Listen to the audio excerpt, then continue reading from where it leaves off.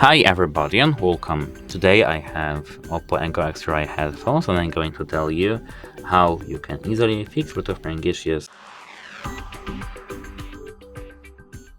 So at first you have to open settings and now open connected devices. Here tap on connection preferences at the bottom and here Bluetooth. Now close the case with headphones inside and here the Bluetooth, of course. And now we have to wait 10-20 seconds at least. This will make our headphones perform a soft reset. After this time we can open the case lid and enable Bluetooth back again. Now we can check if we can connect with our headphones. To know how to enter pairing mode, check our channel. And same with hard reset.